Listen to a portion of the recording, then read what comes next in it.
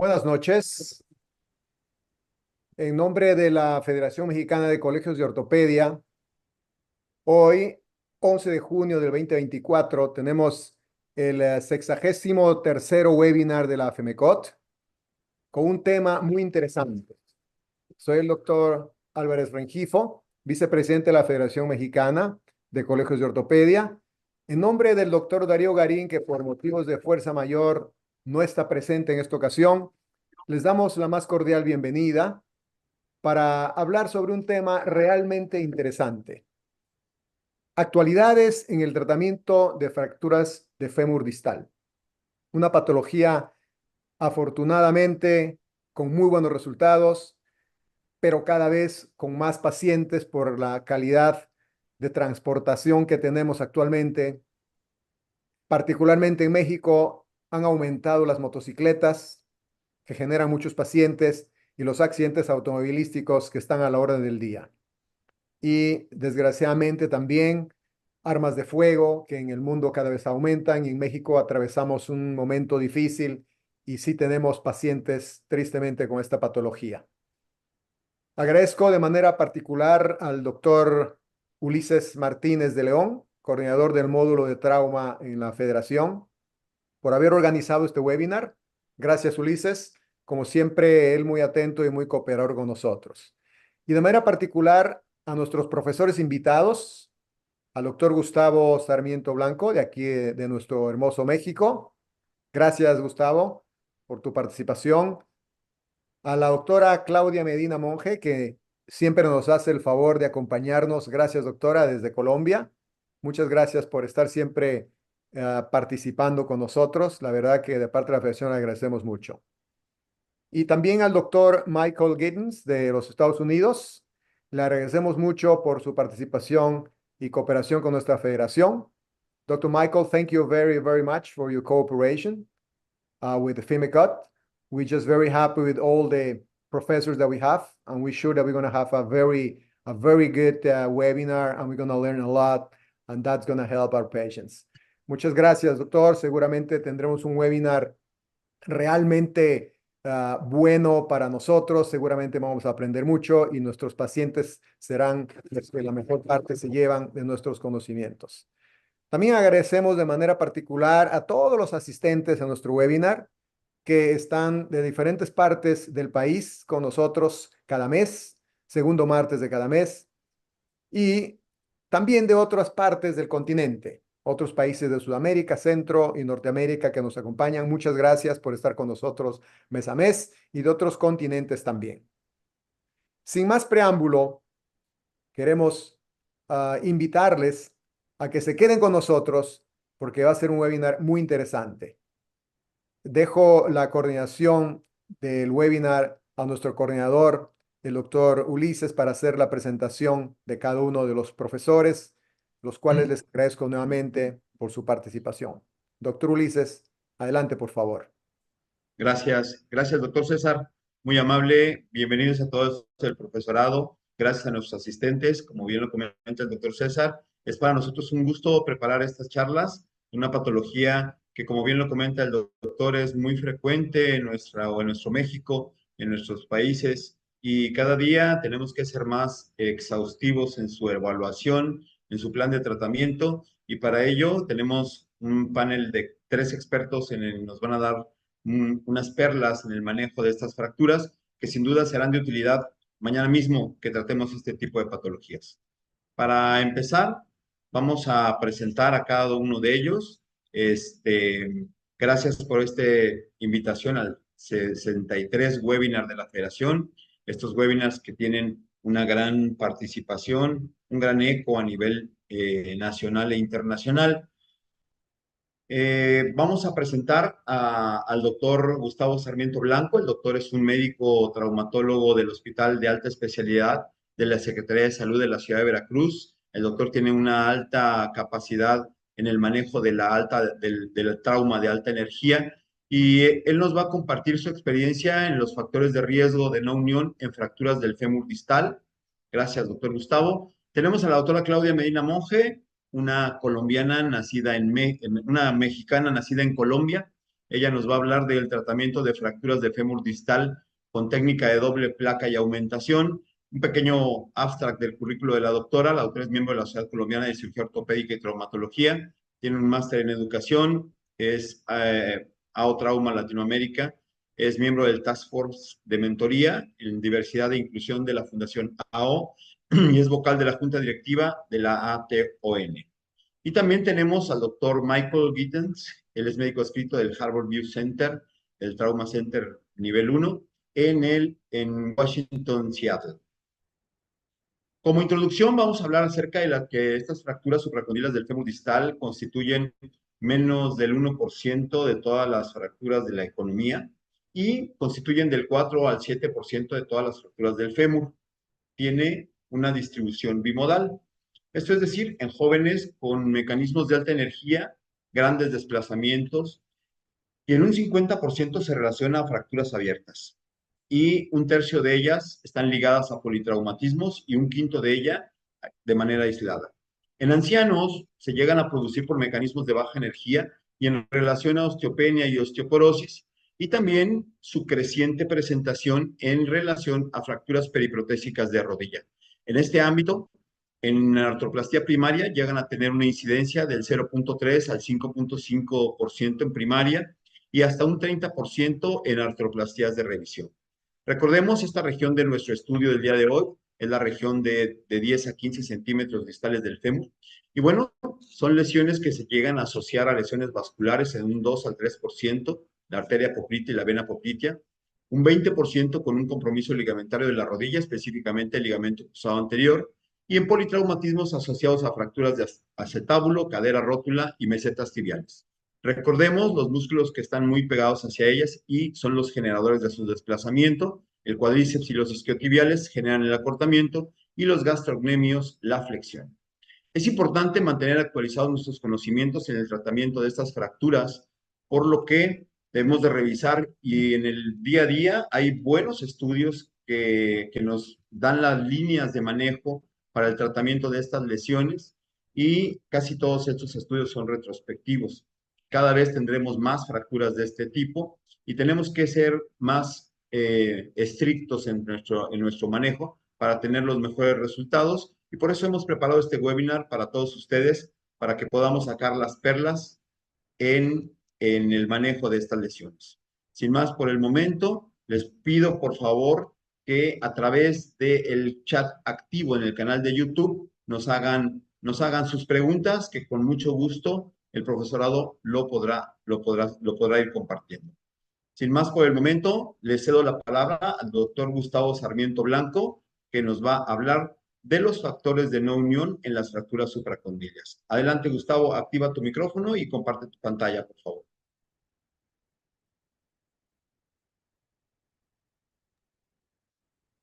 Hola Ulises, hola a todos. Vamos a empezar. Ok. Bueno, a mí me ha tocado hablar sobre factores de riesgo de no unión en fracturas de fémur distal, más que nada la introducción a esta patología, la cual el tratamiento ha cambiado mucho durante los últimos años. Las fracturas de fémur distal representan del 3 al 6% de las fracturas de fémur en adultos y un 0.4% de todas las fracturas en total. Kamalander en el 2012 reportó que existe un 48.8% de mortalidad en 5 años en este tipo de fracturas en los adultos mayores.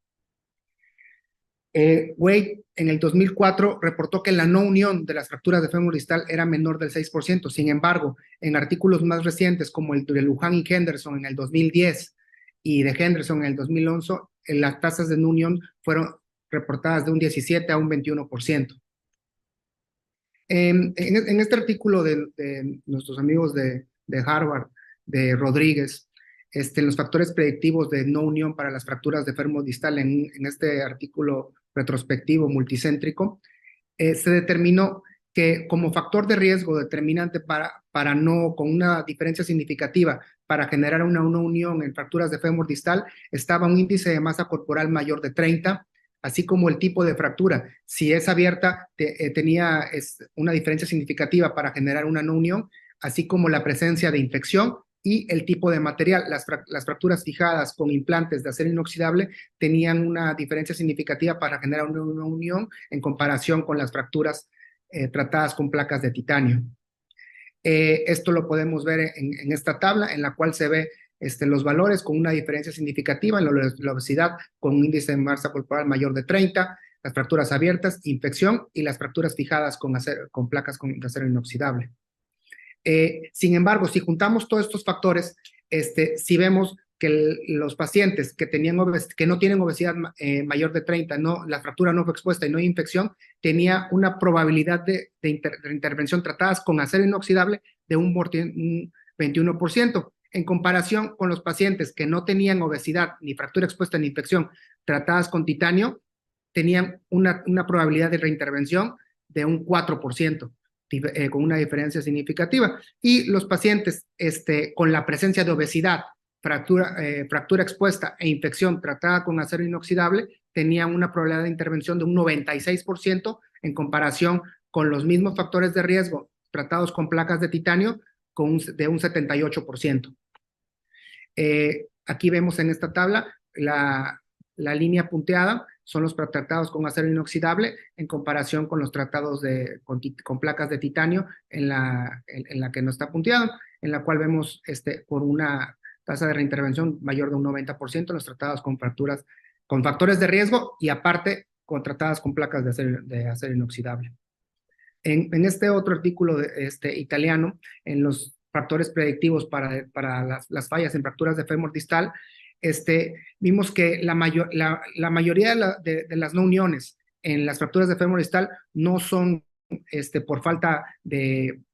por inestabilidad, no son pseudoartrosis o no uniones hipertróficas, sino más que nada son por falta de vascularidad, son oligotróficas o atróficas. ¿Y cómo se trataron estas? Se trataron con una placa de fémur distal más ya sea un constructo de autoinjerto de cresta ilíaca, un aloinjerto estructural o una placa medial, ya sea anterior o medial.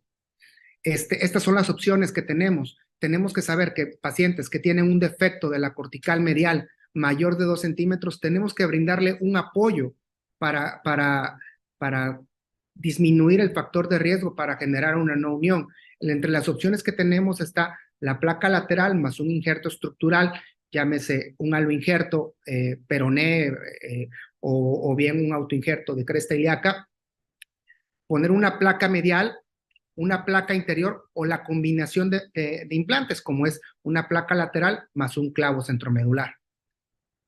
Este es un ejemplo de una placa que pusimos anteromedial. Aquí está lo que es la radiografía, en un defecto bastante grande, y la combinación de implantes entre clavo centromedular con placa lateral. Algo que tenemos que tomar bien en cuenta son los principios básicos. Esos están descritos desde el 2003 por Somes y Gutiérrez. Hay que tomar en cuenta esto. La longitud de la placa tiene que ser 3 veces el tamaño de la fractura y la densidad de los tornillos debe ser menor a 0.5. Es algo que tenemos que tener bien establecido. No podemos estar poniendo placas cortas o placas con una densidad mayor a 0.5 o que tenga una longitud de la placa no adecuada. Esos son factores de riesgo para poder generar una no unión y tenemos que tomar en cuenta los principios ya descritos desde el 2003. Este es un ejemplo de una placa no balanceada en la cual el índice de los tornillos es mayor a 0.5 y la longitud de la placa no es mayor no es por lo menos de 3, que sería 3 veces la longitud de la fractura. En el 2010, Henderson publicó un artículo en el cual podíamos observar de que los pacientes con un índice de severity score mayor tenían factores predisponentes para generar lo que es la no unión. Y también algo bien importante, que el número de tornillos, los cuales se encontraban más cerca de la placa, entre más tornillos tuviéramos cerca de la placa, por ejemplo, si es el tornillo adyacente a la fractura, teníamos una mayor probabilidad de unión a que si no poníamos el primer tornillo lo más proximal al sitio de fractura. Este otro artículo también lo tenemos que ver. Existe la escala radiográfica de consolidación de fracturas de tibia, la cual también puede ser utilizada para determinar si si puede haber una unión o una no unión. Esta es una escala radiográfica en la cual da puntos dependiendo la presencia de callo en las proyecciones. Y en este estudio, a pesar de que tiene un nivel de evidencia 4, sí demuestra de que es una escala que nos puede servir para determinar la unión o no unión en las fracturas de fémur distal. Algo que tenemos que ver es que ninguno de los factores predisponentes, como el apoyo inmediato, fue una diferencia significativa para generar o no generar unión. El tratamiento con clavo centromedular, la edad, son varios los factores los cuales tenemos que tomar en cuenta para saber si nuestra fractura de fémur distal puede irse a la no unión. Tenemos que determinarlos y tenemos que actuar sobre ello. En esta tabla podemos observar de que ni el RUS original ni el RUS modificado son estadísticamente significativos o sea, los dos sirven por igual para determinar la unión o no unión de las fracturas de fémur distal, al igual que aquí lo podemos corroborar. Algo que tenemos que tomar en cuenta en conclusión es que los pacientes con una obesidad mayor de 30, pacientes con una fractura expuesta, con una conminución de la cortical medial mayor de 2 centímetros y presencia de infección, es un paciente que en los estudios reportados hasta ahora, a pesar de no tener de ser estudios retrospectivos o ser estudios con un nivel de evidencia lo suficientemente fuerte, son factores determinantes que nos demuestran que pueden generar, tienen unas altas probabilidades de generar una no unión o una pseudoartrosis de fémur distal. Y algo que tenemos que tomar en cuenta es que tenemos que hacer algo para que esto no suceda. Y algo que podemos hacer es la longitud adecuada de los implantes, la longitud de la placa que sea adecuada, el balance de los tornillos, darle estabilidad a la cortical medial, realizar técnicas de aumentación, como lo vamos a ver con Claudia y con Michael, y por supuesto preservar la biología de la fractura, o bien, si es una fractura muy cruenta, expuesta, es darle biología a esa fractura. Una de las técnicas en las cuales existen para darle biología a una fractura con una pérdida ósea es el masquelet, que probablemente lo vayamos a ver más adelante en las pláticas de Michael y Claudia. Pues les agradezco mucho dar esta introducción hacia el tema de las fracturas de fémur distal y sus factores predisponentes para la no unión o pseudoartrosis. Muchas gracias, Gustavo. Gracias por tu charla. Creo que nos deja muy en claro que debemos de estar vigilando la evolución de nuestra fractura y de decidir el mejor momento para poder tomar acciones y buscar la consolidación y no perder esos aspectos biológicos de la consolidación y ir monitoreándola, ver los pasos de consolidación que debe de ir llevando. Gracias. Como les comentaba en un inicio, vamos ahora a escuchar a la mexicana nacida en Colombia, la doctora Claudia Medina, nos va a hablar acerca de las técnicas de fracturas para el tratamiento del fémur distal con doble placa y aumentación. Muchas gracias, Claudia, y adelante.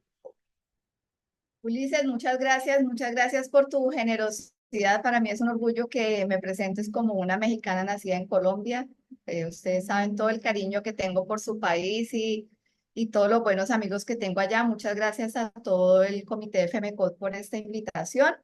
Es un privilegio para mí poder estar aquí y la idea es que entonces están viendo mi pantalla, ¿verdad? ¿Están viendo mi pantalla bien? Sí, está todo bien, Claudia, se ve completo. Entonces, vamos a hablar algunas cosas acerca del tratamiento de estas fracturas que ya Gustavo nos hizo una muy buena introducción de todas las dificultades que nos generan y vamos a empezar a ver cuáles son las estrategias que se han empezado a utilizar o que se han utilizado desde hace algunos años para poder suplir todas estas dificultades que nos pueden dar esas fracturas. Este es mi disclosure, no tengo ningún conflicto de interés que declarar con esta presentación y yo quiero comenzar mostrándoles esta publicación de nuestro amigo Scholl Balog y su grupo en Australia. Es una publicación del Injury del 2024, o sea, recién sacadita, como si esto fuera un concepto absolutamente revolucionario y nuevo, ¿cierto? Y para muchos probablemente sea un concepto relativamente nuevo esto de las dos placas.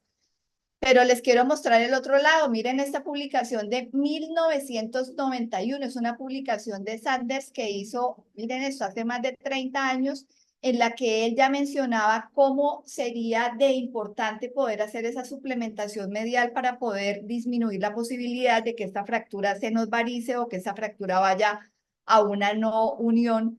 O sea que era un problema con el que lidiaban desde ese momento. Lo que pasa es que evidentemente hoy tenemos unas técnicas de mínima invasión que probablemente generan unos mejores desenlaces en estos pacientes y probablemente en 1991 pues las disecciones que se debían hacer para lograr esto que les estoy mostrando aquí debían ser disecciones muy grandes y probablemente los resultados no eran tan buenos, aunque Sanders reportó un muy buen índice de consolidación con esa técnica hace más de 30 años. Entonces, primero, esto no es una técnica que nos hayamos inventado recientemente ni una técnica nueva.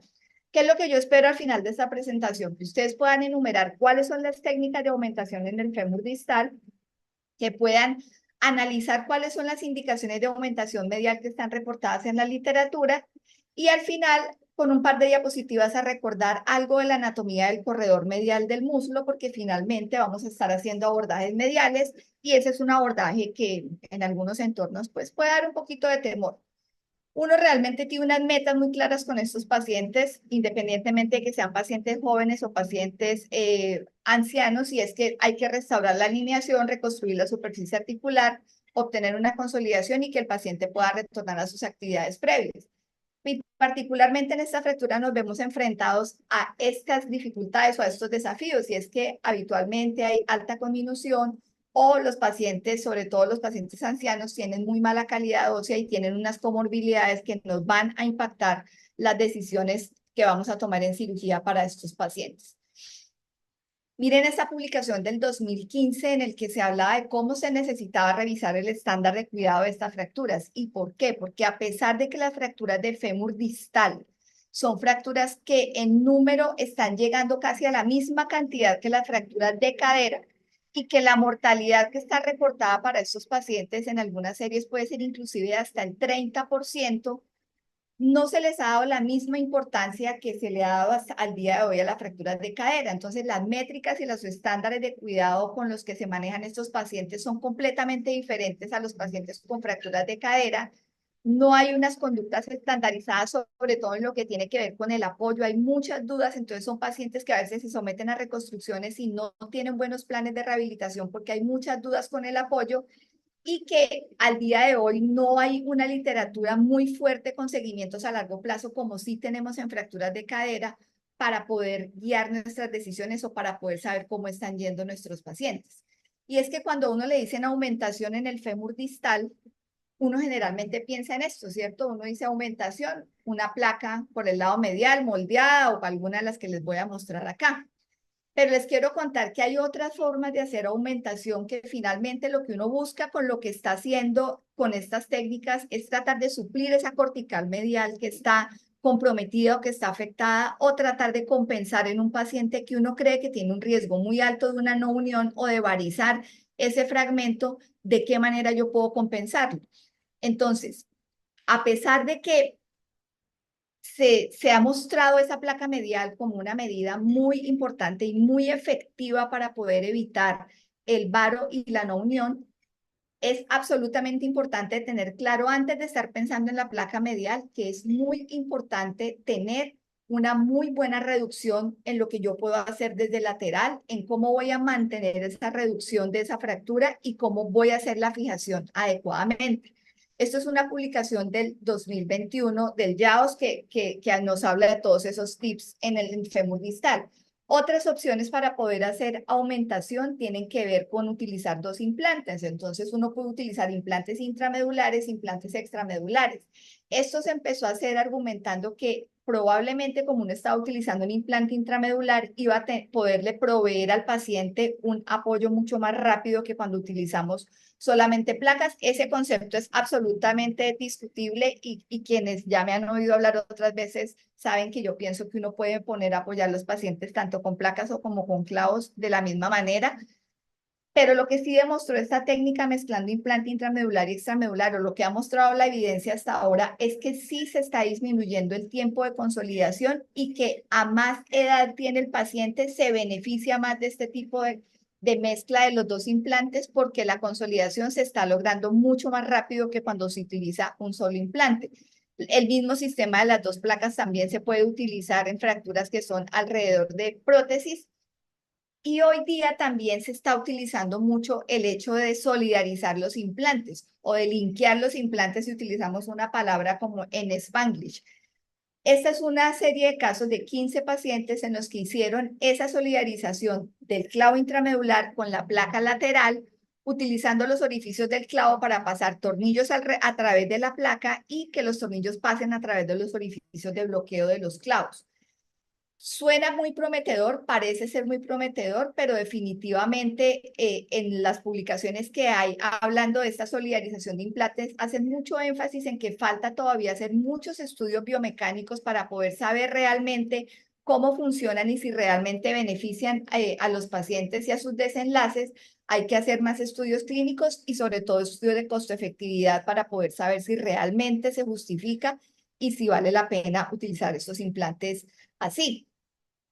Esta publicación que les mostré que dice que necesita más literatura es del 2021 y al 2024, esta nueva publicación en la que también se describen los casos de solidarizar implantes intramedulares con extramedulares, obtiene muy buenos índices de consolidación, pero el argumento sigue siendo que no hay evidencia suficiente, que no conocemos suficientemente bien cómo funcionan estos sistemas y la invitación es a tratar de generar más conocimiento y más literatura respecto a este tipo de soluciones. Hay otra forma en la que se puede hacer aumentación y es utilizar una técnica como esta, que es una placa intraósea. Este es un sistema que a mí me gusta mucho en pacientes que tienen defectos muy grandes porque uno puede hacer el moldeo de la placa e introducir la placa por el mismo defecto, como les voy a mostrar en esta foto que sigue. O sea, estoy poniendo la placa lateral y por el mismo defecto puedo moldear la placa, colocarla intraósea, recostarla a la cortical medial y puedo hacer la solidarización de la placa lateral con esa placa medial que estoy colocando para poder compensar esa falta de cortical medial.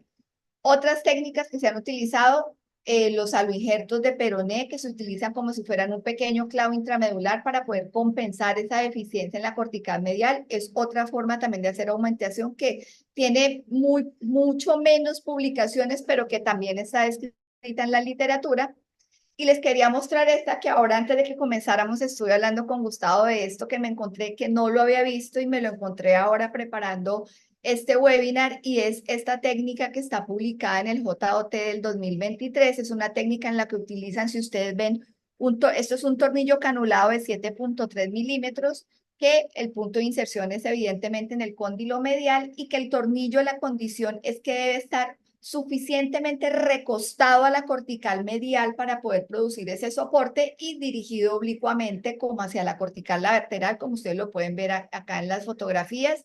Lo describen tanto para fracturas nativas como para fracturas alrededor de prótesis. Me parece que es una propuesta interesante, es una propuesta que probablemente sea costo efectiva, pero pues evidentemente no hay suficiente literatura al respecto. Esto que ellos hicieron acá lo hicieron en 30 fracturas en 29 pacientes. Todos los pacientes eran pacientes mayores de 70 años, la edad promedio de los pacientes en este estudio fue 73 años. Y miren esto tan importante y es que el 72% de esos pacientes a los que le hicieron esta técnica eran pacientes obesos. Y ellos reportan 3 reintervenciones de esos pacientes, 2 porque a pesar de hacer todo esto no hubo unión de la fractura y un paciente que presentó una ruptura de la placa. Entonces, esto se los quería presentar como una técnica diferente, como una técnica que está descrita en la literatura, pero que a mi modo de ver tiene mucho sentido biomecánico intentar hacerlo. Lo segundo que les dije que íbamos a hacer tiene que ver con las indicaciones de aumentación en el fémur distal. Miren que en el JAWS del 2010 ya se hablaba de que probablemente se iba a requerir aumentación medial, ya fuera con injerto con placa para defectos metafisiarios grandes. O sea, ahí se sugería, pero en ese momento no se estaba hablando de todas estas técnicas de aumentación medial. Y nos vamos a la revisión de Cochrane en la que definieron cuál podría ser el mejor estándar de manejo quirúrgico de estos pacientes en la eterna discusión de cuál es el mejor implante, y que Cochrane termina diciendo la evidencia es incompleta y yo no puedo decirles cuál es el mejor implante, a pesar de que es una revisión del 2015. En esa revisión de Cochrane no se menciona absolutamente nada la aumentación medial ni las placas mediales para este tipo de fracturas. Este artículo no lo mencionó Gustavo ahora, es un artículo de un estudio retrospectivo en el que tomaron 116 casos de fracturas de fémur distal y de esos 20 pacientes tenían no unión. ¿Y cuáles fueron los factores de riesgo que ellos encontraron en esos pacientes que tenían una no unión? Encontraron dos cosas. Uno, el mal alineamiento medial. Por eso es tan importante hacer una reducción adecuada, porque es que la placa medial no le va a compensar a uno una mala reducción que uno haya hecho desde lateral. Y el otro factor de riesgo muy grande que ellos mencionan ahí es la conminución medial que genere un gap o que genere una brecha. Entonces, en términos generales, ellos definieron, vea, probablemente un paciente que tenga una fractura de fémur distal con conminución metafisiaria severa, con pérdida ósea, sea un paciente que se beneficie de una aumentación medial. Un paciente que tenga un defecto cortical medial o que tenga una brecha que mida más de 2 centímetros, probablemente también se va a beneficiar, y un paciente que tenga mala calidad ósea. De todas formas, ellos siempre hacen la salvedad ahí en su artículo que esto no es una receta y que el tratamiento debe ser absolutamente individualizado. Y miren esta revisión sistemática de la literatura que se publicó en la revista de la OTA del año pasado. Buscaron qué reportaban de resultados clínicos los artículos que hablaban de fijaciones con dos placas, medial y lateral. Encontraron 1000 potenciales artículos. De esos artículos, 12 realmente cumplieron los criterios de inclusión, y eso agrupaban casi 200 fracturas. ¿Qué encontraron ellos clínicamente? Que en general, en todos esos artículos que se revisaron, la reintervención que se menciona es alrededor del 8.5%, y que aún con la doble placa se sigue reportando que puede haber casos de no unión hasta en un 4.5%, y llaman la atención a hacer investigación de mejor calidad para poder hacer realmente estudios en los que los datos que se generen sean comparables unos entre otros. En esta publicación en la que se está haciendo la definición de si es superior a hacer la fijación con las dos placas o con una sola placa, tiene una gran desventaja a pesar de que tiene bastantes pacientes, y es que es un estudio retrospectivo, y que quienes operaron esos pacientes fueron 11 cirujanos diferentes con niveles de experiencia diferentes. Evidentemente, pues podemos deducir que con desenlaces diferentes, ¿cierto? Entonces, lo que ellos reportan en este artículo que es importante es que el colapso en varo fue significativamente mayor cuando se hacía fijación con una sola placa. En esa serie que ellos presentan, muestran que puede haber colapso, que encontraron colapso en varo en casi el 27% de los pacientes, mientras que cuando fijaron con las dos placas encontraron solamente colapso en varo en menos del 3% de los pacientes. Y ellos muy tímidamente al final del artículo dicen, bueno, nosotros recomendamos que si hay una conminución severa en el fémur distal o en la articulación, es importante hacer una suplementación medial. Y esta revisión sistemática que está publicada en el EFORT del 2022, ellos toman todas las opciones de doble fijación para las fracturas de fémur distal que están en la literatura. Entonces, lo primero que llama la atención es que hay un gran problema, y es que todo lo que está publicado o son series de casos o son estudios retrospectivos. Entonces, no tienen tanto peso epidemiológico para poder tomar decisiones o para poder hacer recomendaciones con buen nivel de evidencia. ¿Qué pasa con la doble placa? En la doble placa hay dos situaciones que generan preocupación. La primera es la vascularidad. ¿Por qué? Porque se está manipulando el fragmento tanto lateral como medial. Y eso podría en teoría afectar la consolidación y podría en teoría empeorar el riesgo de infección. Pero ¿qué ha pasado? Que los estudios vasculares que han hecho respecto de este tipo de fracturas han demostrado que si hay algo de afectación en el fragmento distal en el fémur en una cirugía, es cuando hacemos el abordaje lateral más que cuando hacemos el abordaje medial. Entonces, ahí queda desvirtuada esa preocupación de que de pronto uno empeoraría la parte vascular, porque la parte vascular más importante y lo que uno más afecta está por el lado lateral. Y hay otra preocupación con la doble placa y es que como no hay suficientes estudios biomecánicos, no sabemos qué tan rígido debería ser el sistema. Nosotros no ponemos sistemas muy rígidos mediales, evidentemente, pues por dos razones, porque hacemos técnicas de mínima invasión y generalmente son dos heridas pequeñas y ponemos máximo 2 tornillos a cada lado, y porque todavía hay cierto temor de extender un poco más la placa, entonces terminamos sí o sí poniendo implantes que son un poco más cortos y que difícilmente van a hacer que generemos sistemas muy rígidos. Pero de todas formas, no tenemos muy claro cómo funciona biomecánicamente ese dúo que estamos haciendo de placas y eso es importante que lo estudiemos. Y cuando revisan la literatura de las publicaciones que hay en mezclando placa con clavo, hay mucho menos estudios que cuando utilizamos dos placas. Este montaje tiene una ventaja teórica y es que hay menos daño en los tejidos blandos, pues porque estamos utilizando un implante intramedular que tiene un abordaje que es pequeño.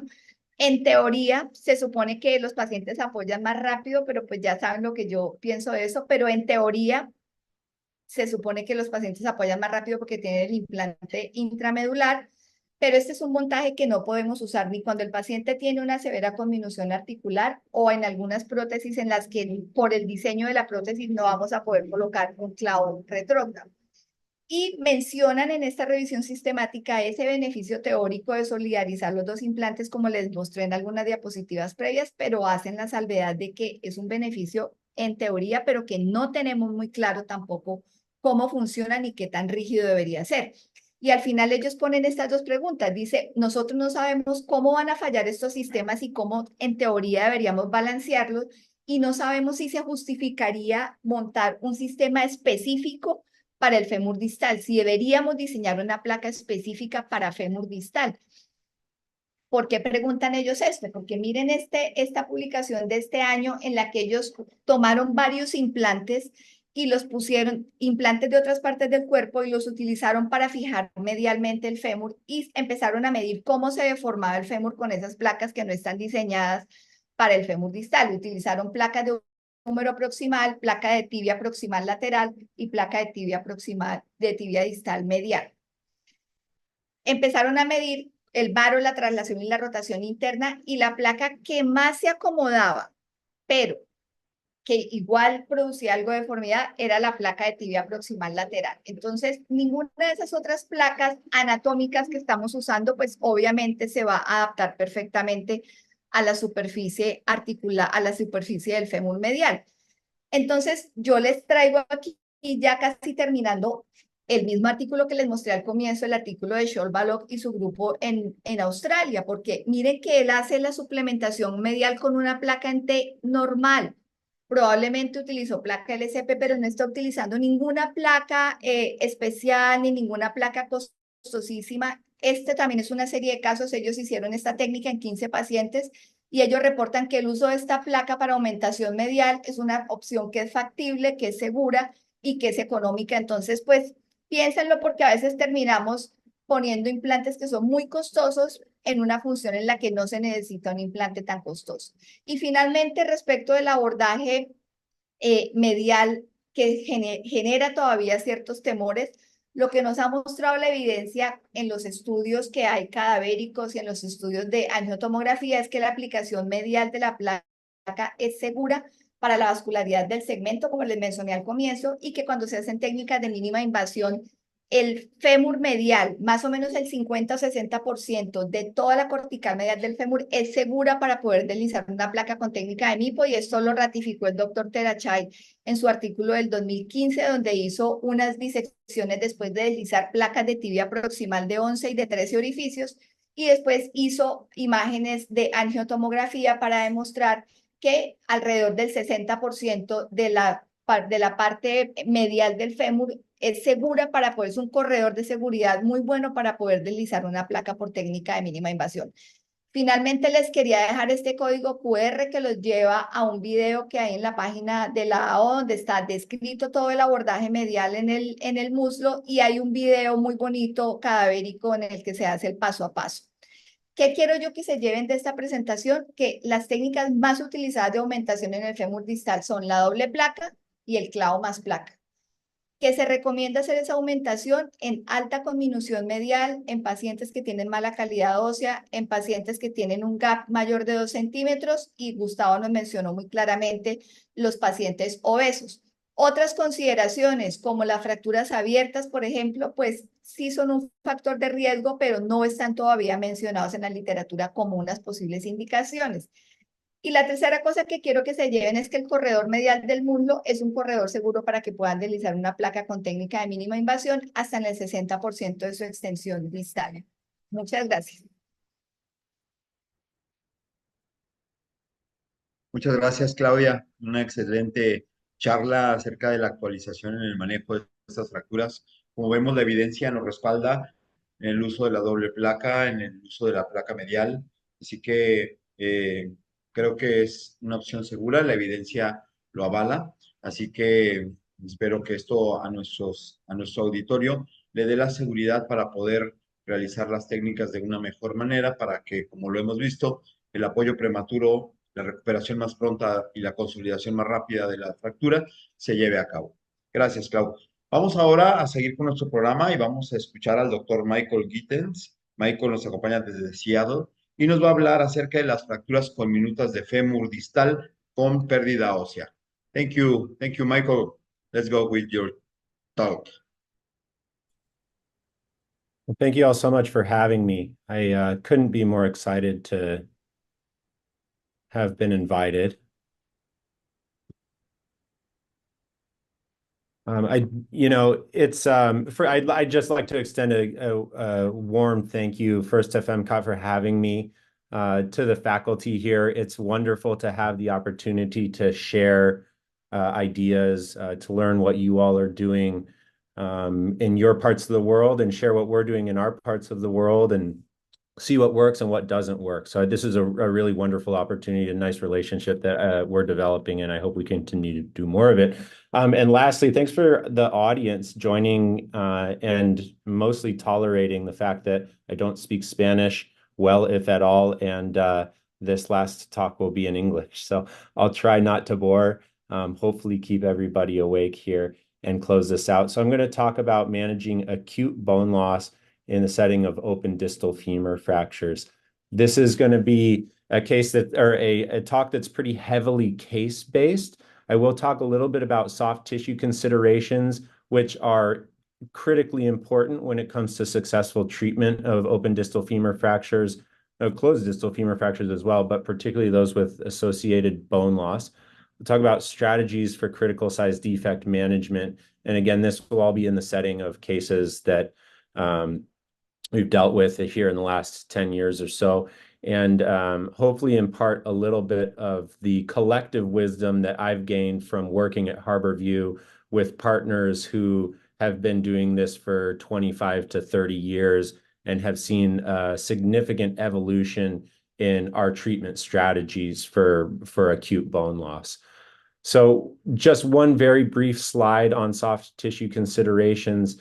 As mentioned earlier in the talks, these are oftentimes very high energy injuries, very violent injuries that we're often focused on the skeletal injury. But as we all know, management of the soft tissue component is as critical, if not more critical, in regards to the ultimate success of the treatment when we talk about avoiding infection and achieving union. So this is just an example of a patient who has a terrible soft tissue injury with actually an underlying not so bad skeletal injury. But when somebody comes through the doors to your operating room, there's many decision points as to how we're going to manage the patient's skeleton and skeletal defect. The soft tissue considerations dictate that on day one. A big part of the decision making is this patient appropriate for early appropriate care versus damage control orthopedics. And that will depend not only on the soft tissue issues at hand, but also their overall resuscitation, associated injuries, and things like that. So I won't focus on that so much tonight because we don't have time, but it really is important to understand that in isolation, these open distal femur fractures with bone loss, if the patient is adequately resuscitated, are very much appropriate for early appropriate care. But if there are other mitigating circumstances, like a highly contaminated soft tissue injury or other physiologic parameters that won't allow an appropriate operation safely, then we're looking at more of a damage control scenario.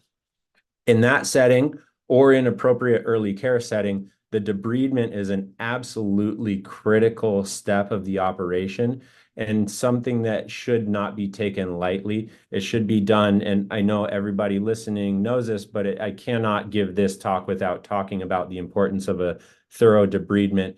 This should be done sequentially, looking at the skin, then the subcutaneous tissue, then the muscle and the bone, and being very, very careful about removing all gross contamination, then irrigating, and then questioning, are these bone fragments that we're seeing, do they have soft tissue attachment? Do they have periosteum? And if so, strongly consider retaining those rather than just a carte blanche debridement, because as you'll see later in this talk, retaining some of those vascularized metaphyseal fragments can be really important. Very, very strong component of delivering local antibiotics, whether that's in the form of beads, antibiotic powder, or dissolvable beads. And then the last part of the soft tissue considerations is in regards to when am I going to definitively manage this, is the patient going to need coverage? Now in the tibia, that's a big issue. In the femur, it's a lot less common in that the soft tissue envelope there is significantly more forgiving. So that's the only slide that I'll have on the soft tissue management. And I wish that there was more time to talk about the strategies behind that, but I will have that there just to overemphasize the importance of effective soft tissue envelope management. So when it comes to critical size defect management, no matter the limb segment, whether it's the humerus, the forearm, the proximal femur, distal femur, tibia, there's a whole variety of techniques, and I know most in the audience are very familiar with many of them. Tonight, I'm going to focus on the two contemporary methods that we are using, and that would be number one, Mascalais, or staged bone grafting with a cement spacer, and then transport with a nail or a ring fixator, relying on an osteotomy and then osteogenesis through distraction. There are many others. And I'm not going to get into talking about shortening and then lengthening, free fibulas, or other creative ideas that folks have come up with, because I think from a contemporary standpoint in 2024, we're heavily relying on either Mascalais or transport, and increasingly transporting with a nail assisted by plate guidance. So I am going to get into that discussion, and it'll be a case-based discussion from here on out.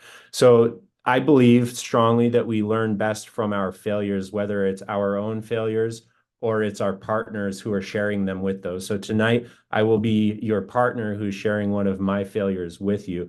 This is a Mascalais case that I did probably, I think maybe my second year in practice, and I think it's really important to critically evaluate this and look at and learn from the failures that are present.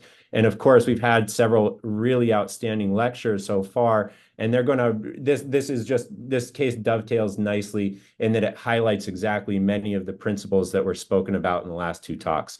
I'm not going to show the CT scans for these because I don't think it's important. We're talking about bone loss. So all of these fractures, as you all have seen, are highly comminuted through the metaphysis. They're open injuries, and then they have some degree of articular injury, whether it's terrible or whether it's a simple split. This one, I'll tell you, you can actually see part of one of the condyles up here. So this injury film in and of itself, and sort of the disconcordance and jumbled look on the AP, will tell you that this is a comminuted through the metaphysis, but also a very, very bad articular injury. It's a young male involved in a motorcycle crash, and it's a type 3A open injury. So without torturing you all with the fluoro views, this is basically what was done on the index operation. So this patient was appropriate for early definitive management. The wound, as typically they are, is an anterolateral open wound caused by the distal end of the proximal segment. Underwent adequate debridement. Many of the fragments that were comminuted through the metaphysis had to be removed. So I'm a big fan of provisionally realigning this fracture and then getting an intraoperative flat plate to check the coronal and sagittal plane alignment. As was mentioned in the last talk, successful treatment of these injuries is predicated on a very high quality reduction when it comes to alignment. Coronal plane alignment is critical. One cannot accept any varus malalignment. And in fact, in something like this, where you know that you're depending upon an implant for a prolonged period of time, it may be prudent to actually build a few extra degrees of valgus into your reduction. So anyways, this is what I left the operating room with. These are the immediate post-op images. You can see a very large cement spacer, a lot of fragment-specific fixation for the articular block, and a long spanning laterally locked plate with a reasonable screw density and working length. Plan was to come back and bone graft the patient at 6 weeks and then allow weight bearing as tolerated at 12 weeks post-op. So this is bone grafting, taking RHEA from the contralateral side, expanding that with allograft chips without any attention paid towards exchanging the implant or adding an implant. And I think predictably, based upon the last few talks, this failed at 4.5 months after the patient started weight bearing. There's a clear mechanical failure, varus malalignment with non-union through the metaphysis. There's, after a very, very thorough workup, which I think is very important for all of these patients, no signs of infection, no draining wounds, no wound dehiscence. All of the infectious labs are normal. And of course, biopsying this when you do the non-union surgery is very important. But this is a presumed aseptic mechanical failure. And the failure mode actually is very interesting. And when I get down to sort of a little bit further in the discussion, we'll talk about the failure mode here and why this particular implant is susceptible to it. So again, we learn best from our failures, right? What can we learn from this treatment failure? What we know is that distal femur fractures, as stated earlier, when you have metaphyseal comminution, even in the absence of bone loss, are going to have sort of a prolonged time to union as compared to a lot of the other fractures that we treat. So what does that mean? That means we need durability out of our implant. And there's major problem with my implant strategy here, and that as just spoken about 15 minutes ago, there's a massive medial defect. Now, you do have some intrinsic stability imparted by the cement spacer here, but not nearly enough to support this patient's weight while this area is attempting to consolidate. If you think about how autograft heals, it's not like normal fracture healing, right? You don't see endochondral ossification, you don't see primary bone healing. What you see is you see substitution over time with revascularization, and this is a huge area for that. So the expected time for revascularization and creep by substitution by creep, it's going to take a long time. So we need a very durable implant. I think that's learning point number one here, which is this should have been treated initially with either medial and lateral plating or a lateral plate plus an intramedullary nail. And the discussion there is, I think, preference partially, but also from a technical standpoint, if you have a multi-fragmentary articular block like this, it may be very possible, very, very challenging, if not impossible, to retrograde nail this.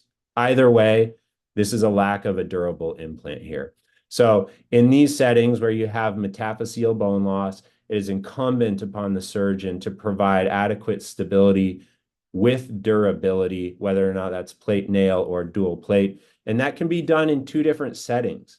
It doesn't have to all be done at the index operation, but coming back, and what I wish I would have done is I do like this treatment strategy for the index operation, but when we come back and bone graft, either nail or add a medial plate, and I think that would have been a nice solution. But so that's what we ended up doing ultimately for the non-union repair was a plate exchange, a retrograde medullary nail, and a repeat bone grafting. And that patient went on to unite nicely after this. But I think it's really important for us as surgeons when we have failures like this and we're facing problems where we're looking at probably an average of 20% non-union for distal femur still in 2024, especially with bone loss.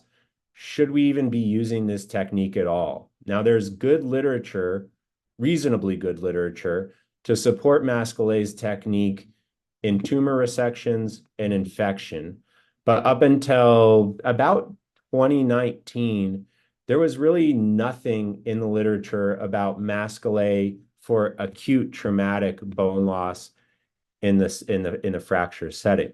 So in March of 2019, this paper came out saying that the results of induced membrane techniques, specifically in the lower extremity, for acute bone loss resulted in a 36% treatment failure rate. This was a small cohort at a single center, but this was published saying with the conclusion, with a substantial rate of failure in acute trauma setting, the authors are no longer recommending Mascole for management of these defects, and they're using it for only very specific patient populations.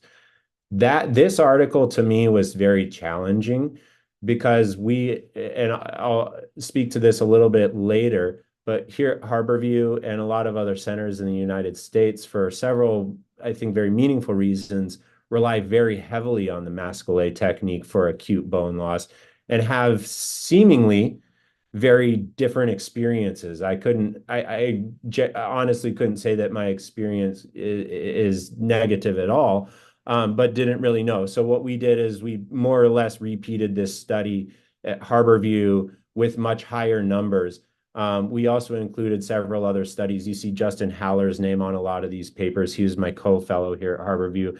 And so what we did is we looked at using this technique in both the diaphysis as well as the metaphysis, looking at the distal femur as well as the tibia, and found very, very different and very compelling results. In this cohort with 120 patients who had critical size defects treated with Mascole, we had an 89% non-union rate. And we did subgroup analysis looking at how can we justify the results of this previous paper saying there are high failure rates and then come with these results and see there are much lower failure rates, and try to do as close to an effective subgroup analysis as possible. And it turns out, and I think historically Mascole would have argued otherwise, particularly sort of in the tumor setting or bone resection setting with infection, that Mascole is successful independent of defect size, right? But that turns out not to be true. And in our cohort, the larger the defect, more often than not, the patient was getting a bone graft and that defect size was decreasing significantly, but still needed a second bone graft in order to get to union. So defect size after debridement is more prognostic for secondary operations rather than the limb segment or the degree of soft tissue injury involved. So here's another case. This is a case that I'll go through a whole lot more quickly and applying what we've learned from the case that I just discussed. Again, injury films, these all look the same, right? Comminution through the metaphysis, some degree of articular injury, open, again, caused by the distal end of the proximal segment. This is a 31-year-old. He was thrown from a truck in Montana. Montana is about, where he came from in Montana is about 1,500 miles away. He also arrived with these injuries. Some of you have probably seen this case before. So he had and so this is on the left. This is his right lower extremity. So you can see that he has a previous medullary nail. He has a bent nail now with fractures about it. He has a hindfoot fracture dislocation. He has a bicondylar tibial plateau fracture around the nail proximally.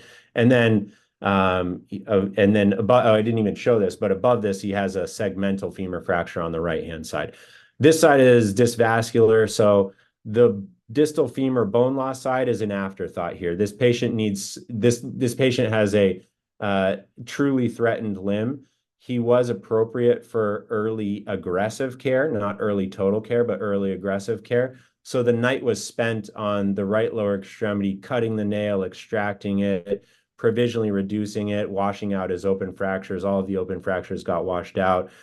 He didn't need a revascularization of this limb, thankfully. But what ultimately occurred was that the left side, by the time we were done with everything on the right, the left side, the only thing that he was safe for was a debridement and then traction. And there's nothing wrong with that. So I think there's a lot of pressure to put an external fixator on this, but there is not a massive advantage in a very sick patient of external fixation and then resuscitation versus putting him in traction and resuscitating him.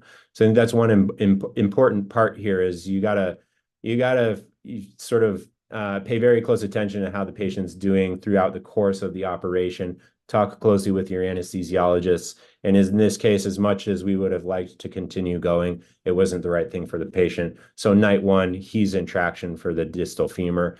The other side had been taken care of. And I'm happy to show those images at some point to anybody who's interested. Just get in touch with me.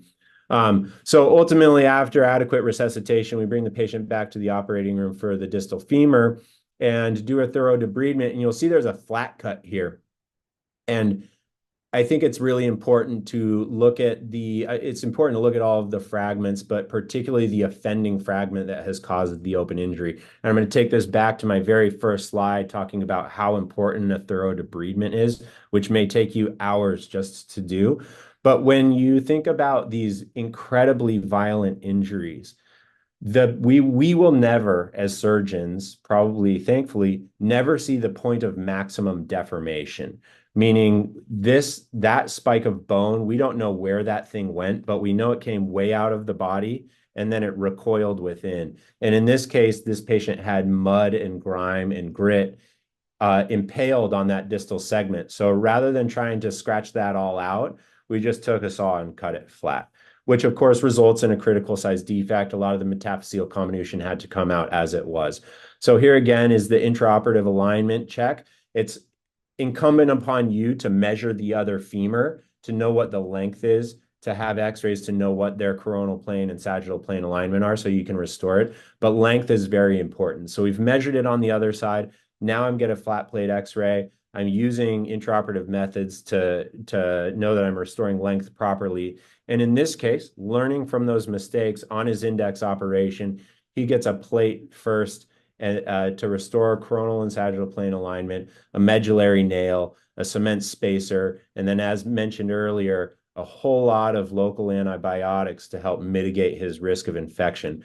When we talk about, I think complex cases like this are a chess match where you look down the road and you see your opponent's move, which is the fractures moves. And you think, if this is going to go wrong, how's it going to go wrong? And can I mitigate that in my index operation? What are all of the things that I can do? My partner, Dr. Dunbar, talks about these sort of non-malunion problems, I think very simply but intelligently, when he says there are three things at play in a non-union. One is non-union, so you need to get the thing to heal.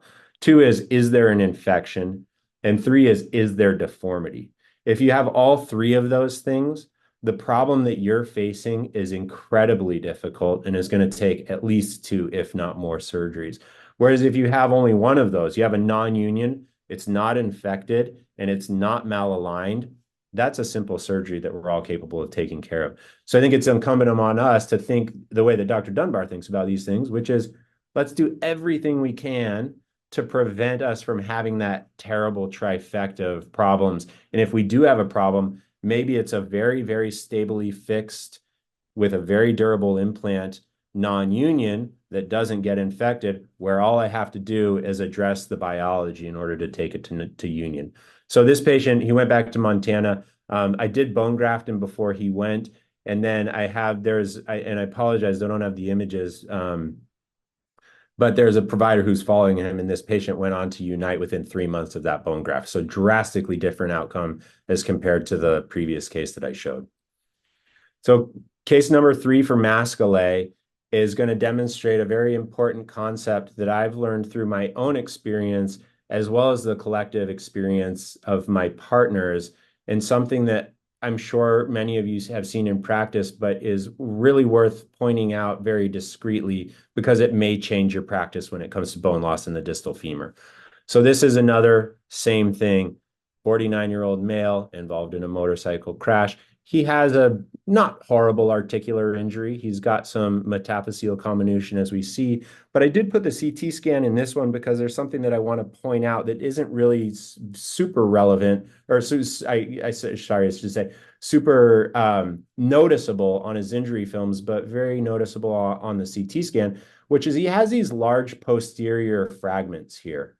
And I want everybody to pay attention to these metaphyseal fragments here. which of course are hiding back here, but everything is shortened and a little bit deformed in that image. So Dr. Beret, my partner, and Dr. Beingestner in 2012 decided it was time to publish on their experience with treatment of open distal femur fractures. At that time, almost all of them were being treated with lateral locked implants. And looking just at the institutional experience in regards to union, the rate of secondary bone grafting and predictive parameters surrounding this. And what they found was they took a sort of a deep dive into all of their cases. And if you're looking at open distal femur fractures with bone loss, and they define that as critical bone loss, not just a few metaphyseal fragments missing, 45% of their cases went on to heal without bone grafting. And when they looked more closely, it was those who had either retained posterior well-vascularized or medial well-vascularized metaphyseal fragments. It didn't have to be main fragment to main fragment loading. It just has to be these maintained well-vascularized metaphyseal fragments. When those are present, and a lot of these cases, they actually, when you talk to Dave about these cases, his plan was to come back and bone graft them. A lot of them at that time were using sort of a pseudo-Masquelet technique where they're putting cement beads into the defect rather than cement spacers. Some of them also got cement spacers, but what they found is when they decided, hey, it's time to come back, let's see them in clinic, pre-op them, get ready for the grafting, they had already started forming exuberant callus around the beads or around the cement spacer. So I think it's very important to pay attention to these injuries. And on the index operation, where you're considering how aggressive am I debriding this? Am I planning on a definitive Masquelet technique? Or is this a wait and watch one? There's a lot. And this study, while it's small, would say that 45% of these patients have a chance of healing around your cement spacer or around your beads or whatever you choose to put in there. So just be aware that there is a in-between cohort here, and that's exactly what this patient was for me. So you can see that he has a massive medial defect here. And based upon the lecture before, this is one that is doomed to fail. But what he does have is really well vascularized and retained, although comminuted, lateral fragments and a posterior fragment where they're overlapping. It's not main fragment to main fragment, contact is not present, but you have these spanning cortical fragments, which is very important. So I went into this operation thinking I'm going to commit this patient to a Masquelet where we're going to put in a cement spacer, we're going to come back, we'll bone graft him at 6 to 8 weeks. When I saw those fragments, I elected rather to put in vancomycin, tobramycin-laden calcium sulfate beads with the expectation of this conversation with the patient. You may need a bone graft. In fact, more likely than not, in my opinion, but there's a small chance that you won't. And this is at 2 years post-operatively. The patient is ambulatory, happy, no thigh pain, united. And of course, I think the naysayers here would argue this is probably an implant-dependent union, correct? And I would argue yes. But I'm not going to take that nail out.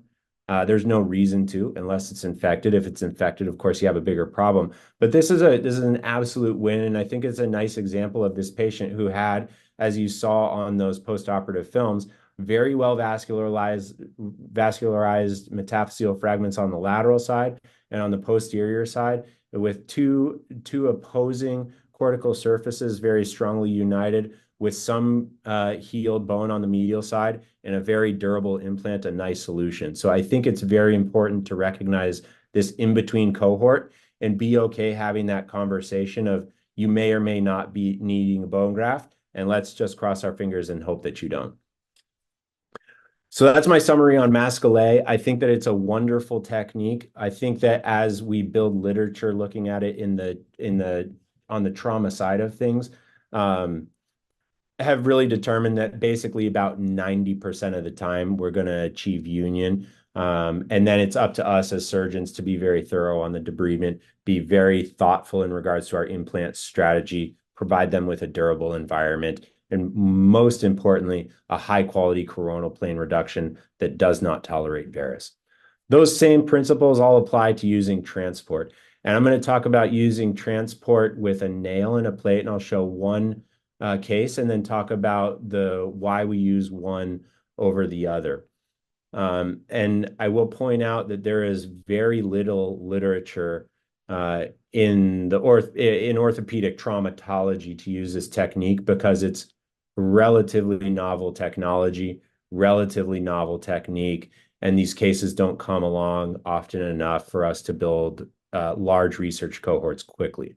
Here's another patient, same x-rays, right? 32 years old, high energy, crashed his motorcycle. It's open in the same way they're almost all open. And as you can see, he probably left some bone on the road. This is a math problem that doesn't add up. You have this fragment, and a very large gap with a fracture that's shortened. So he's probably missing bone already. And then after the debridement, he's missing an absolutely substantial amount of bone. So when you look at the literature in regards to Masquelet and defect size, the Masquelet's papers and those earlier papers, especially looking at tumor resection, would say, Masquelet is effective up to 20 plus inches or 20 plus centimeters of resection.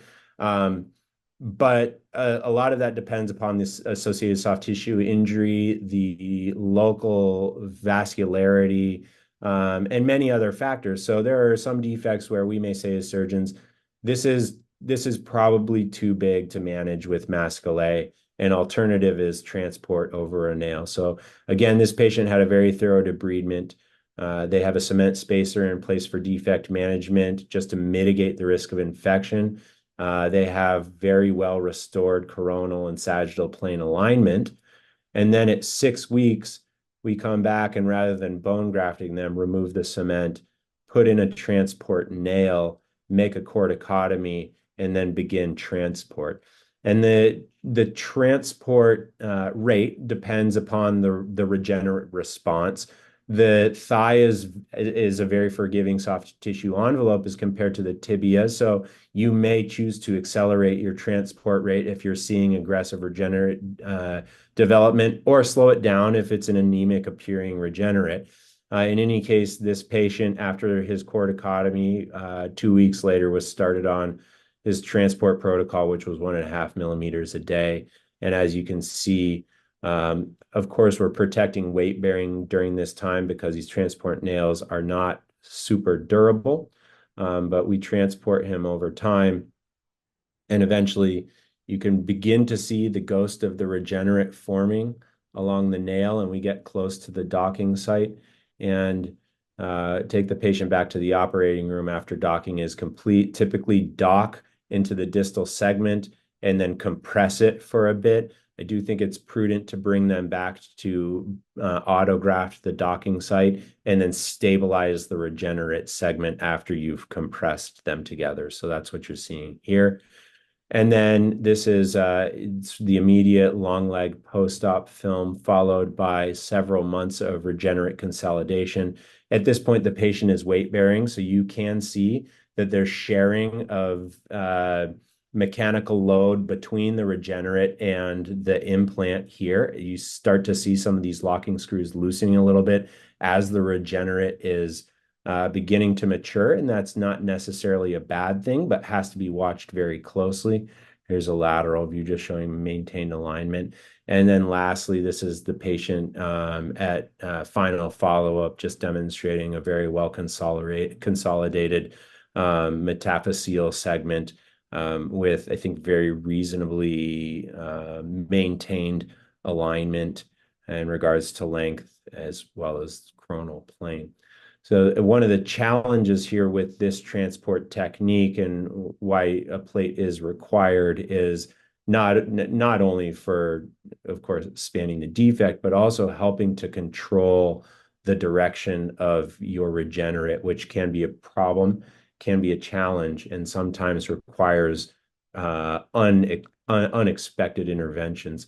So the pros of plate-assisted nail transport, number one, it's all internal. So, of course, the alternative prior to having these magnetic-driven growing nails is the fine wire frame originally described by Ilizarov and then perfected by many others. But there's there's 100% complications related to the wires there, right? And it's worse in the thigh than it is in the tibia.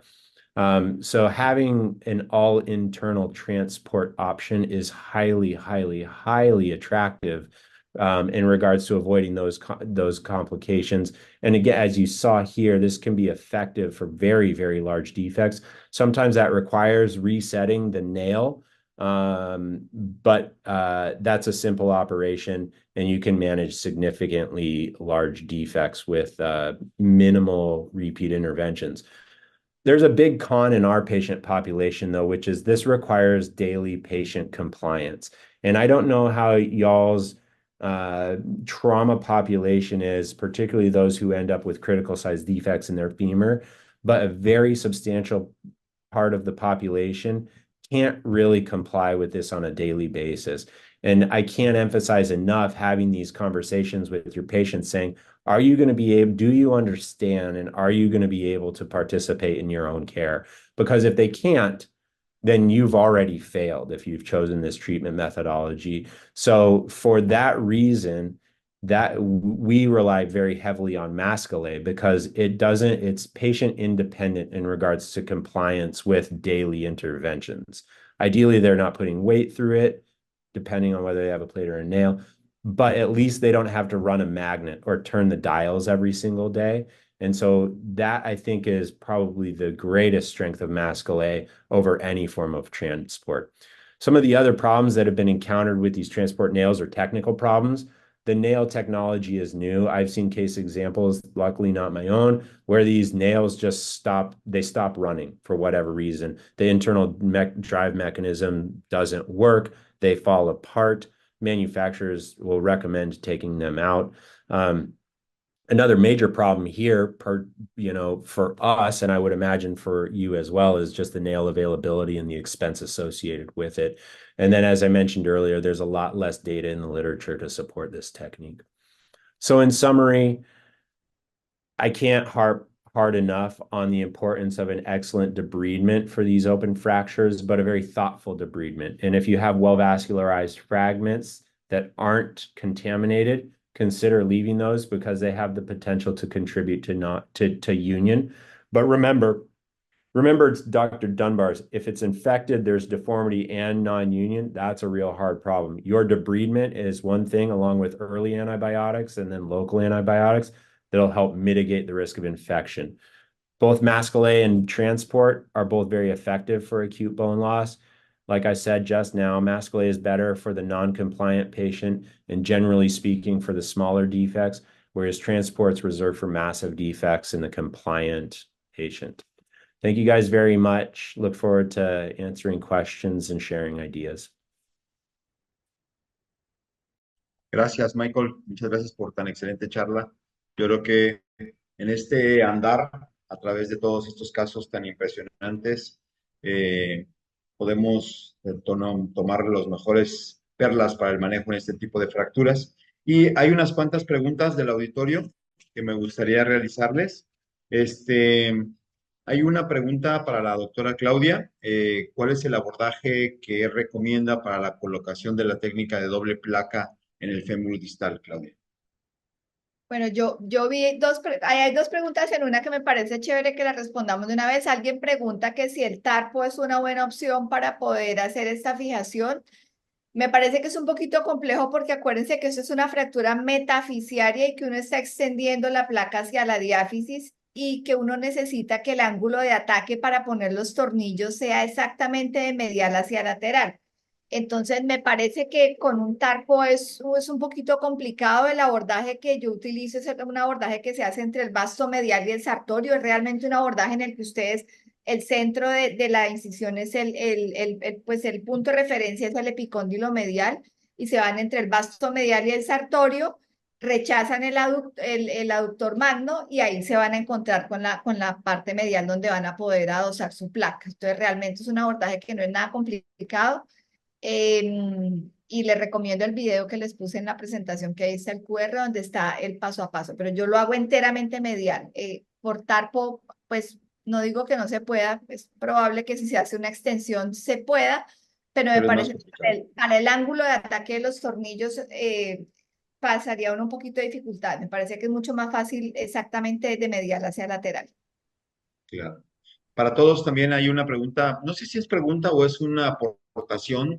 Alguien preguntaba el uso de los injertos estructurales de peroné a nivel medial fijados con tornillos. No sé si alguien lo ha hecho. No lo he hecho, pero vimos ejemplos, o sea, es una opción. Lo que pasa es que el principio biomecánico de esta aumentación medial es completamente diferente a lo que tenemos en la cabeza, de que estamos fijando una Cierto. fractura y que tenemos que tener un montón de corticales. Entonces creo que eso es algo que uno se tiene que sacar de la cabeza porque es muy común que a uno le pregunten, pero ¿cómo le pones solo 2 tornillos? Es que eso, lo que uno está haciendo medialmente es solamente suplementando Soportar. este efecto medial con algo, con un halo injerto de peroné, con una placa intraósea, con una placa extramedular o inclusive con el mismo clavo si uno va a utilizar un clavo. Entonces, el principio es un poquito diferente. Creo que es válido poner un halo injerto de peroné fijado con tornillos y puede servir perfectamente para suplementar esa cortical medial que ya no está. Correcto, correcto. Okay, Michael, they were asking about the use of fibula structural graft for the medial cortex, if about the experience with that. Yeah, so I would say a couple of things there. It can be challenging to get in the right spot. There's 2 reasons to use a fibula. If you're using it for a cortical replacement, you're looking for some structural augmentation. And then also you're looking perhaps for spot welding for healing. So some osseointegration, if you will. In order to get it in a place where it's actually serving a biomechanical advantage is very hard. You can pot it into the distal segment well, but in order to get it to load proximally, I think is very technically hard. The other part about it is it's brittle, right? So if you try to put a screw into it, you can fracture it. It doesn't really have the Young's modulus that native bone or titanium or even steel has. So I think that if you have limited resources, but you in regards to implants, but you have a fibula available to you, I think it's a reasonable option to use. But I do think that from a mechanical standpoint, there are better options, whether that's a medial plate or a nail. And then, or even the medial strut screws, as you saw in one of those examples, which I think can be very effective and minimally invasive. And then from a integration standpoint, I think that I think about it like this: when you fix a proximal humerus fracture and you put a fibula in there, the arthroplasty surgeons lose their mind because they just think about, oh my gosh, this is going to be the hardest revision ever when that fibula heals and I have to deal with that. If you can achieve that in the distal femur, that's wonderful. That's perfect. But when I've come back in patients who have non-unions and they've had fibula strut augmentation, the fibula is just floating in there. And so if they don't have the biologic capacity to heal their fracture, I don't think they're going to putting a fibula in there is not going to help. Okay. Oye, Claudia, yo tengo una pregunta. Tú que has visto esto de AO y todo, sobre el uso de la placa bifásica para fémur distal. No sé si en Colombia la tenemos, por lo menos en México no la tenemos. No, no Pero, la tenemos. La he visto en la página de la AO, sí, pero no la tenemos.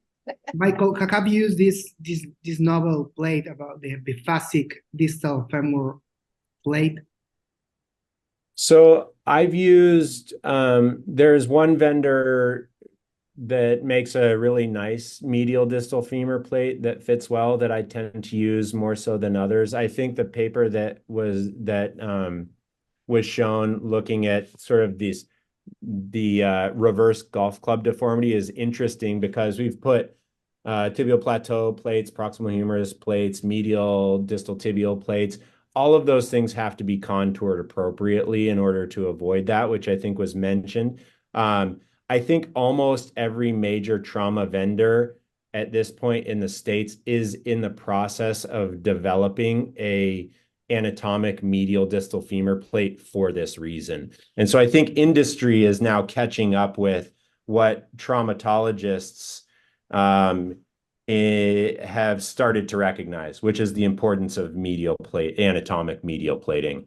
And I think it's curious in that industry should have probably done this several decades ago. When we started locked plating on the distal femur, it's the most intuitive thing to realize that a medial plate mechanically makes way more sense than a lateral plate, simply based on cantilever bending and the risk of varus. So all of us have understood that for a long time. I think industry is recognizing now that the trauma surgeons want anatomically contoured medial plates. And so you'll see in the next 3 years, almost every system will have one. Okay.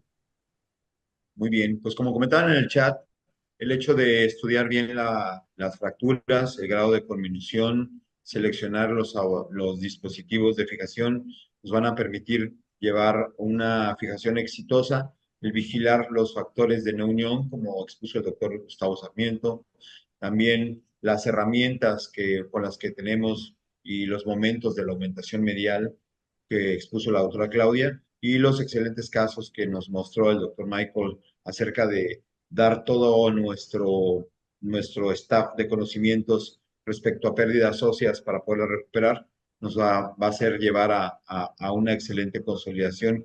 Este tipo de fracturas que de repente son muy comunes, cada vez nos vamos a enfrentar más y como comentábamos, cada vez más en relación a fracturas periprotésicas de rodilla y con el paso del tiempo serán más frecuentes.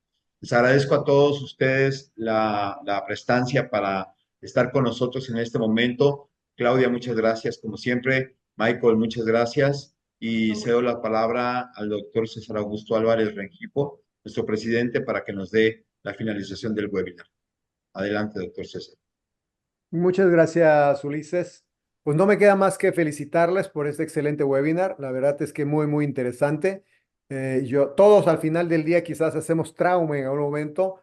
Lo que más hago yo es sport medicine, hago medicina deportiva, entonces hago alguna que otra fractura también, pero la verdad es que muy interesante, trauma sumamente atractivo como siempre. Creo que todos los que hacemos trauma primero soñamos con esto, pero después adquirimos desviaciones, pero bueno, muy interesante. La verdad es que me voy a asustar menos a partir de hoy cuando veo un paciente de estos en urgencias y seguramente aprendimos mucho todos porque son tips muy interesantes y esto en beneficio de nuestros pacientes.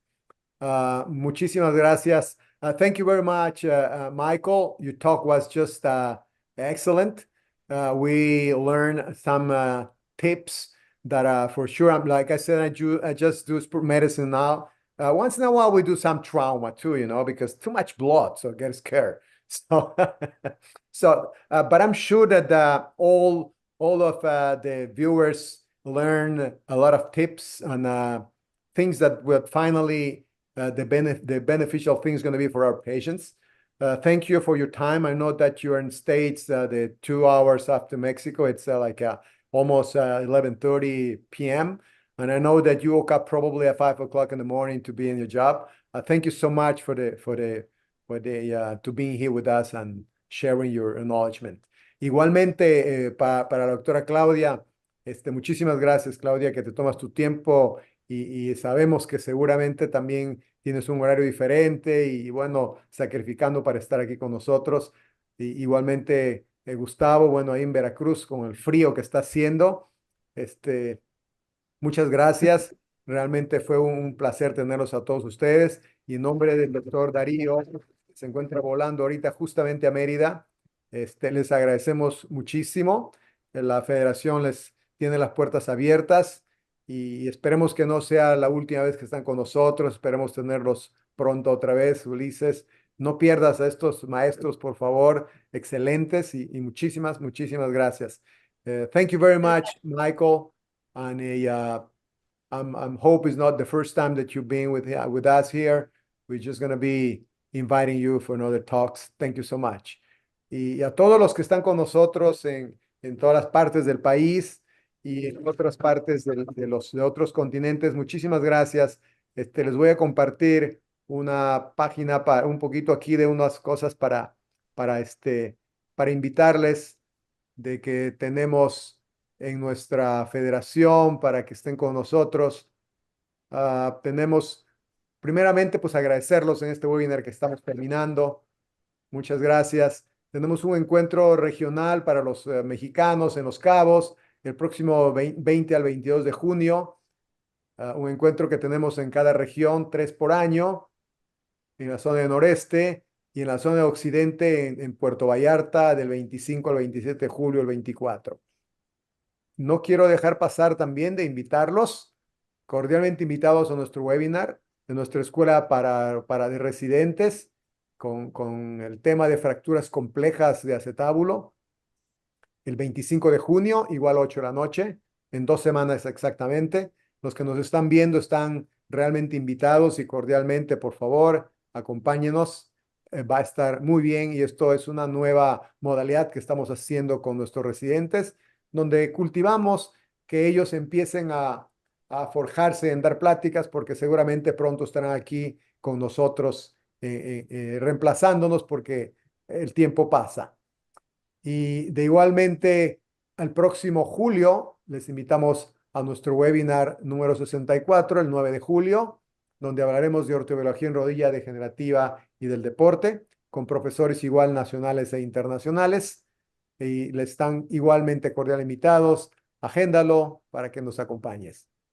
Y bueno, nuestro magno evento, Cancún 2024, en junio, en el del 15 al 19 de octubre, nuestro invitado especial, Inglaterra, en un hermoso lugar, como ustedes saben, los esperamos. 2025 estaremos en esta ciudad hermosa de Guadalajara. Creo que es más bonita que Cancún, entonces están cordialmente invitados. También este congreso será del 21 al 25, donde nuestro invitado especial será para ustedes que son traumatologists. Estará IOTA con nosotros. Tendremos 150 profesores internacionales de IOTA y aproximadamente 350 profesores para nuestro congreso. Entonces será un congreso muy grande de toda la semana el próximo año en Guadalajara.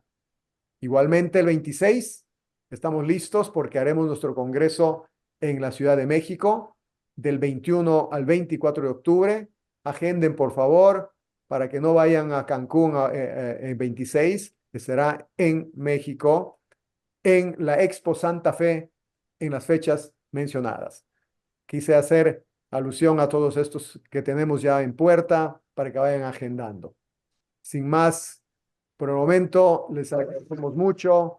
Gracias a todos y les esperamos en nuestro próximo webinar para que nos acompañen. En nombre de la Federación, que tengan una feliz noche y nos vemos pronto. Muchísimas gracias. Gracias. Hasta luego, gracias a todos. Luego.